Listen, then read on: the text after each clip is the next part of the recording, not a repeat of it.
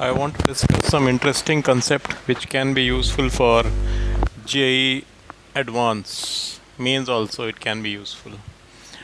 Here we have three situations, and this is a rod, and I presume rod is massless. Even if I take its mass, then slight change will be there, but let me take its mass as negligible. Length is L from this point to this point. All are having length L. All three situations, the length remains L. This is a disk of radius R and mass M. Same disk here, same disk here.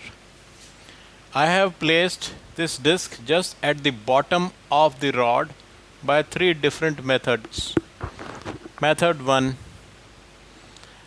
I have put the disk at the end of the rod, and I have done in such a way that I have frozen it, means I have welded it.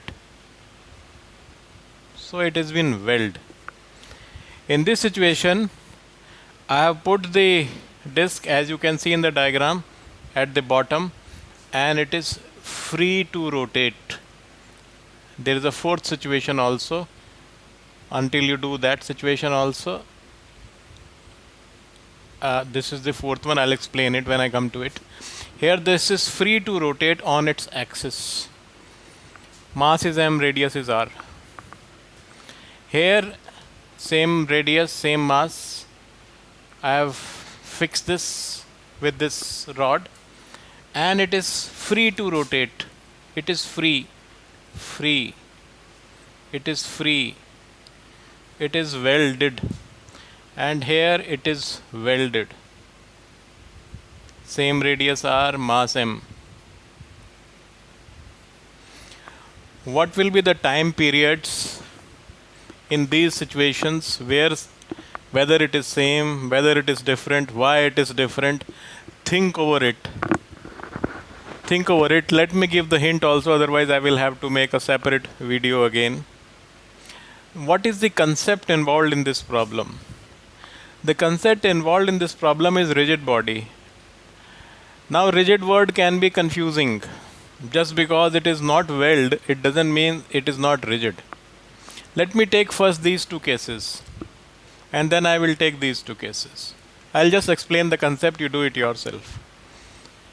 When the body is free to rotate, it is similar to the problem which you have in Irodov, that a frozen balloon with water, and in one situation, another situation, the water is frozen.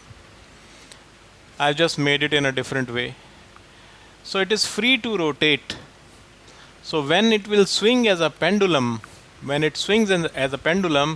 you will see, if I put two marks here, A and B, in different locations, you will see this A will remain here and B will remain here. It will always remain, this line AB will always remain horizontal, because it's free to rotate. There is no friction. Ideal situation. There is no torque acting on this disk because of this rod. So the disk is just like a floating thing, maintaining its own position. Or this line, if there is a line on the disk, it will remain horizontal. So in such situation, it is not a rigid body. This mass, this rod and this disk is not a rigid body as far as this axis is concerned. This is the axis of rotation. So here you take mass as concentrated mass, simple pendulum, and whole mass is concentrated here, and you calculate the time period. Come to this situation. Here when it swings, it will be, if there is a horizontal line AB, now it will be horizontal here AB. So it is rotating. This disk is now rotating here. In this case, this disk was not rotating in your frame. Don't get confused. I have to see rotation in my fixed frame. In this fixed frame, it is not rotating. It may appear to be rotating about this point. That is not my concern. There may be relative motion between these two. But this disk is not rotating in the absolute frame. So there was no rotational motion of this disk. So since there is no rotational motion of this disk, there is no question of taking its moment of inertia here and then translating it here, means adding the ml square plus mr square upon 2 is not required. This moment of inertia is not to be taken here. Simple pendulum. Whole mass is concentrated here. But here it is rotating. It is a rigid body. It is rotating, and because of the rotational motion, what is the moment of inertia about this point of this disk? It is now rotating with respect to this point. So moment of inertia about this point will be this ml square plus mr square upon 2, whatever is the rotational, whatever is the moment of inertia about center of mass. This is the center of mass of the disk. So moment of inertia about the center of mass multiplied by the distance squared times m gives you the moment of inertia about this point, and then you solve the problem based on the moment of inertia about the point of rotation for finding the time period. Now come to this situation. This situation, you can see now the disk I am seeing from this side. So, and it is rotating like this. So when it comes here on this side, if you draw the diagram, it is like this. Because of space constraint, I am just making it hodgepodge. So this is how the disk will appear. So if you see the axis which is passing through the plane of the disk along the diameter and through the center of mass, there is one axis. This is that axis. This is that axis.